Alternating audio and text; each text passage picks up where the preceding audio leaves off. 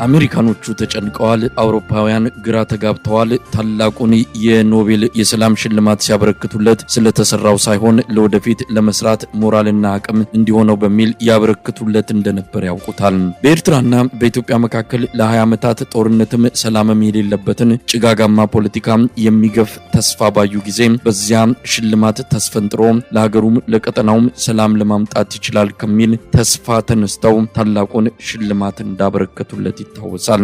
ተስፋቸው ሊጨናገፍ ያለሙት መልካም ነገር አፈር ከድሜ ሊገባ የወሰደው ጊዜ ግን ምናልባትም 1 ዓመትም አይሆንም።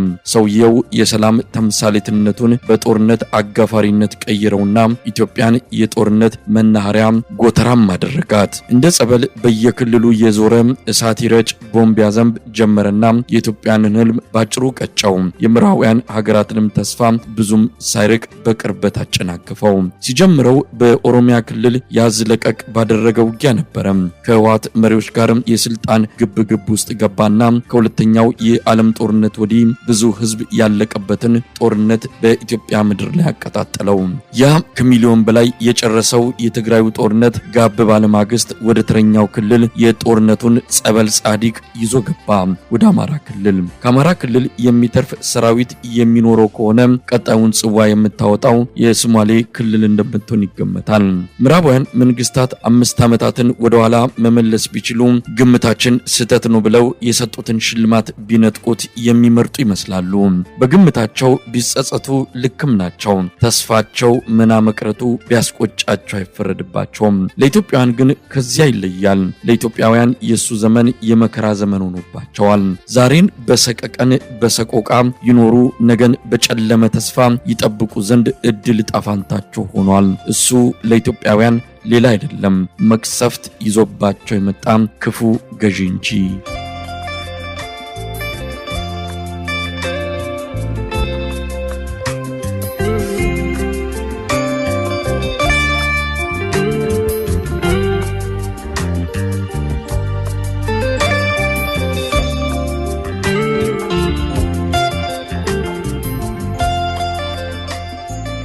የትኛውን አንስቶ የትኛውን መተው እንደሚቻል አይታወቅም። የትግራይ እናት ልቧ ተሰብሯል። የአማራ እናት እያቃሰተች ነው። የኦሮሚያ እናት ሐዘን አጉብጧታል። የአፋር አባት የመከራ ሰማይ እንደ እንቅብ ተደፍቶበታል። የሶማሌው አባት በሰቆቃ ብዛት ጉልበቱ ዝሏል። እዚህም እዚያም ሲቃው በርክቷል። የጦርነት ዛሬ ያለበት የንጹሃንን ደም ለቆሌው የሚገብር ሰው ሲከፋው የሚደሰት ሲደሰት የሚከፋው ገዢ የተፈናጠጠባት ሀገር ኢትዮጵያ አንዱን መከራ ተገላገልኩ ስትል ሌላ ግዙፍ የመከራ ዘመን ላይ አረፈችና በአራቱም አቅጣጫ ዋይታ የለቅሶ ድምጽ ያስተጋባባታል። ምን አጠፋን? ምን በደልን? እውነት ለመናገር ካንተ ምን አተረፈን? ከሰቆቃና ሲቃ በቀር ምንስ አገኘን? ያንተ ዘመን ለኢትዮጵያችን የመቅሰፍት ዘመን እንዲሆን በቅዱስ መጽሐፉ ትንቢት ተነግሮ ይሆን? ፈጣሪም አልሰማለም። እንደ ራሔል በራማ እንደተሰማው የለቅሶ ድምጽ የኢትዮጵያን እንባ በፈጣሪ ዘንድ መቼ ሆነ የሚታየው? ኤሎሄ ኤሎሄ ናማ ሰበክታኒ።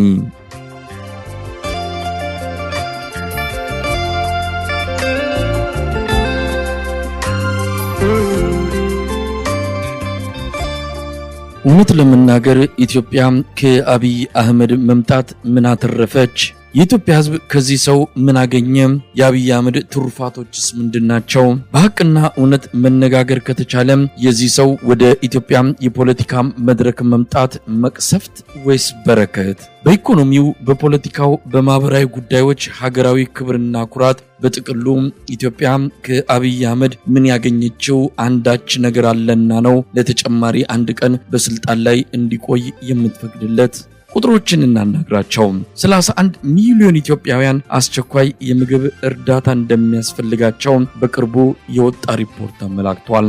5 ሚሊዮን ኢትዮጵያውያን ከቤታቸው አይኖሩም፣ ተፈናቅለው የሀገር ውስጥ ስደተኛ ሆነው ቀርተዋል። በዓለም በውስጥ መፈናቀል ኢትዮጵያ ቀዳሚውን ስፍራ የያዘችው በአብይ አህመድ የስልጣን ዘመን ነው። ኢትዮጵያ በ100 ዓመታት በተከሰቱባት አያሌ ጦርነቶች ካጣቻቸው ልጆቿ በብዙ እጥፍ ሚሊዮኖች ያለቁባት በዚሁ ሰው የአገዛዝ ዘመን ነው። $1 22 ብር ይመነዘር የነበረው በ5 ዓመት ውስጥ ከእጥፍ በላይ ተምዘግዝጎ 56 ብር ይመነዘር ጀምሯል። በህጋዊ መንገድ በጥቁር ገበያ 110 ብር ነው። አንድ ኩንታል ጤፍ ከ3 ዓመት በፊት 5000 ብር የነበረው ዘንድሮ በ3 እጥፍ አድጎ 15000 ብር ገብቷል። ሽንኩርት በ200% እጥፍ ጨምሮ 120 ብር ካልሆነ የትም አይገኝም። ኑሮ ሰማይ ጣሪያ ነክቷል። አንድ የሕክምና ዶክተር የሚያገኘው ደሞዝ የአንድ የበግ ዋጋ የሚያወጣ አይደለም። መካከለኛ የሚባል የህብረተሰብ ክፍል ጠፍቷል። ከ100 የማይበልጡ ባለጠጎችን አጅበው 120 ሚሊዮን የሚሆኑ ኢትዮጵያውያን ከድህነት ወለል በታች ችጋር እየጠበሳቸው የሚኖሩባት ምድር ሆናለች ኢትዮጵያ። በህወሓት ዘመን ከወለጋ ጅጅጋ፣ ከሞያሌ መቀሌ እንዳሻው የሚንቀሳቀሰው ኢትዮጵያዊ ከ20 ኪሎ ሜትሮች በላይ ከሚኖርባት ከተማ መውጣት በህይወቱ ላይ ሞትን እንደ መጋበዝ የሚቆጠርባት የሆነችው ኢትዮጵያ በዚሁ ሰው በአብይ አህመድ የስልጣን ዘመን ነው። ነጻ ፕሬስ የሚባል የለም። ምንጣፍ ጎታች ከሆኑ የሳሎን ባሪያነታቸውን ከፈቀዱ ጥቂት ታማኝ የፖለቲካ መሪዎች በቀር በኢትዮጵያ ምድር የተቃዋሚ ድምፅ ከነጭራሹ ጠፍቷል። 4 ክልሎች ከአብይ አህመድ እጅ ወጥተው በጦርነትና በድህረ ጦርነት ቀውስ እየታመሱ ነው። ጎንደር ተርቧል። ትግራይ በረሃብ ሺዎች በየሳምንቱ እየሞቱ ነው። ወለጋ የገባው ጠኔ ህፃናትን እያረገፈ ነው። ደቡብ ኢትዮጵያ የሰው ልጅ ከከብቶች ተሻምቶ የከብቶችን መኖ እየበላ ነው። ሌላም እናም ጥያቄው ይነሳል። ኢትዮጵያ ከዚህ ሰው የምር ምን አገኘች? መቅሰፍት ወይስ በረከት? አሜሪካን ዋሽንግተን ዲሲ ከስትሪት ኖርዝ ዌስት የብዙዎቹ ታላላቅ የሎቢስት ደላሎች መገኛ ስፍራ። የዓለም ፖለቲካ እንደ እንዝርት ይሾርበታል። መንግስታት ሚሊዮን ዶላሮችን ለነዚህ ደላሎች እየከፈሉ የአሜሪካንን መንግስት አቋም ለማስቀየር ደጅ የሚጠኑበት ጎዳና ነው ኬስትሪት። ከቅርብ ጊዜ ወዲህ በዚያ መንደር ስለ ኢትዮጵያ የሚባለው አስገራሚ ነገር ነው። በኬስትሪት ጎዳና በኮሪዶሮች የሚሰማው ሹክሹክታ አሜሪካን በሰውየው ላይ ፍጹም እምነት እንደሌላት ነው። በአሜሪካን የውጭ ጉዳይ መስሪያ ቤት እጅግ ከሚጠሉ መሪዎች ዋናው ይኸው ምስራቅ አፍሪካ ላይ ግዙፍ የጸጥታ ስጋት የደቀነው የኢትዮጵያው ገዢ እንደሆነ በኬስትሪት መወራት ከጀመረም ሰንብቷል። ሲጀምርም ቀልባቸው አልወደደውም። አንድ የአሜሪካ ዲፕሎማት ሰውየውን ሲገልጹት በአንድ ቦታ የማይረጋ አስተማማኝ አጋር ለመሆን የማይችል ቀዥቃዣ ነገር ነው። በትግራዩ ጦርነት የአሜሪካንና የሰውየው ነገር ለየለትና አረፈው። አሁን ደግሞ አማራ ክልልን ሲያምስ አሜሪካውያን አንድ ነገር ማድረግ እንዳለባቸው አምነዋል። የገዛ ጓዳቸውን በርብሮ ሚስጥር የሚያሾልክ የፌዴራል መስሪያ ቤት ተቀጣሪ የሆነ ትውልደ ኢትዮጵያዊ ጉዳይ ለአሜሪካውያን የማስጠንቀቂያ ደውል ነው የሆነባቸው። የአሜሪካንን ደህንነት የሚነካ ብሔራዊ ጥቅሟን የሚጋፋ የሚስጥራዊ መረጃ ዘረፋ ውስጥ የኢትዮጵያ ባለስልጣናት እጃቸው መኖሩ ለአሜሪካውያን ቀይ መስመርን የማለፍ ያህል ነበር የተወሰደው። እናም ሰውየውን ከዚያ ቀጠና ገለል ማድረጉ የአሜሪካውያን ምርጫ ሆኖ በአቋም ተያዘ። ያስጨነቃቸው ማን ይተካ የሚለው እንጂ ሰውየው በስልጣን ላይ የሚቆይባት እያንዳንዷ ቀን እጅግ አደገኛ መሆኗን ከተረዱ ሰንብተዋል። አውሮፓውያንም አቋማቸው ብዙም የሚለይ አይደለም። ሰውየው ገለል ቢል ሊፈጠር የሚችለው የስደተኛ ጎርፍ በእርግጥ አስጨንቋቸዋል። በስልጣን ላይ መቆየቱ የሚያመጣው ጣጣ ለነሱም እንደሚተርፍ በሚገባ ተረድተውታል። የጨነቃቸውም የሆነው እንዴትና በማን ይቀየር? ለኢትዮጵያውያን ይህ ጥያቄ የቅንጦት ነው። የህልውና ጉዳያቸው አይደለም።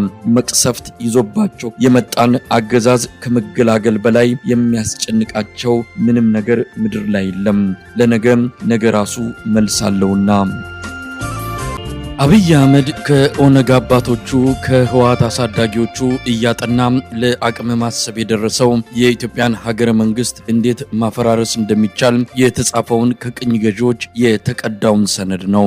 ኢትዮጵያ በሁሉም ልጆቿ መስዋዕትነት የቆመች ነፃነቷን አስጠብቃ የቆየችውም ከአራቱም ማዕዘናት በተከፈለ የደምና የአጥንት ውድ ዋጋ መሆኑን የሚክደው የቅኝ ገዢዎች ሰነድ የአማራውን ህዝብ በጨቋኝነት የኦርቶዶክስ ቤተክርስቲያንን እምነትና ባህል ወራሪነት የሚወነጅልበት እጅግ መርዛማ የበቀል ትርክት የያዘ ሰነድ ነው። ህወሓትና ኦነግ ሰነዱን ማኒፌስቶአቸው አድርገው ተከታዮቻቸውን ሲያጠምቁበት ኖረዋል።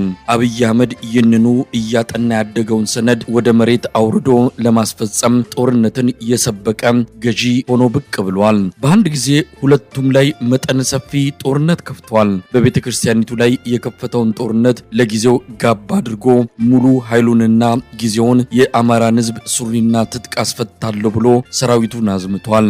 በይፋም አዋጅ አውጥቶ ለዓለም አቀፉ ማህበረሰብ ነግሮ ያለፉትን 3 ወራት ጨምሮ ለ6 ወራት የአማራን ክልል በባሩድ ጢስ ያጠነ ህፃናትን በድሮን እያስጨፈጨፈ የአርሶ አደሩን ማሳ በጥይት አረር እያቃጠለ ቆይቷል።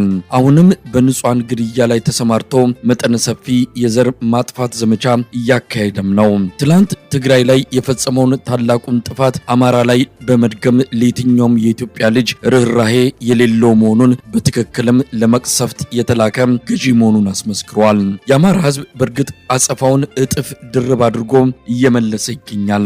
ዛሬ ቆሞ እጅን አጣጥፎ መሞትን አሸንፏል። ከደጃፉ ሊገድለው ለመጣ ምላሹ ከኔ ሞት በፊት አንተ ትቀድማለህ ሆኗል። ከ5 ወራት በኋላ የአማራ ህዝብ ከተከላካይነት ወደ አጥቂነት ተሸጋግሯል።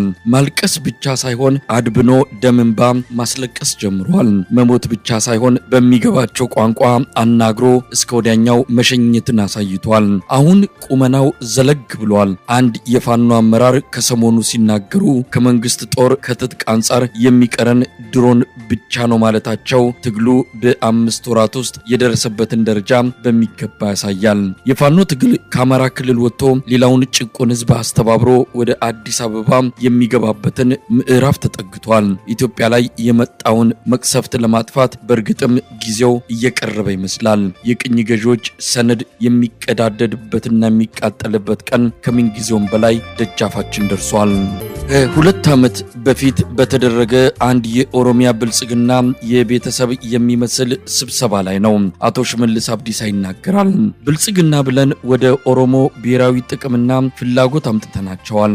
አሁንም አትፍሩ፣ በቅርቡ የሚተገበር አንድ ስልት አለን፣ የምክክር ኮሚሽን የሚል የሚጠበቅብን ኢትዮጵያ የሚለውን ቃል ደጋግሞ ማጮህና ሰነዱን በልሙጥ ባንዲራ መሸፈን ነው። ከዚያ በኋላ እየጨፈሩ ይከተሉናል። የአቶ ሽመልስ ኮንቪንስ እና ኮንፊውዝ ክፍል 2 ድራማ መሆኑ ነው። የምክክር ኮሚሽኑ ሳይወለድ በሽሉ የሞተው ኮሚሽኑ መልካም ስምን አንግቦ በተግባር የአብይ አህመድ ድራማ ስለመሆኑ ከብልጽግና መንደር ውጪ ወሬው ገበያ ወጥቶ በብዙ ተሸምቷል። አቶ ሽመልስ አንድም የሱን ነገር አይናገርም። የሱ የሚባልም ነገር የለውም። የቤተ መንግስት አካባቢ መረጃዎች እንደሚያጋልጡት አብይ አህመድ ትክክለኛ ማንነቱን የሚያንጸባርቀው በአቶ ሽመልስ በኩል ነው።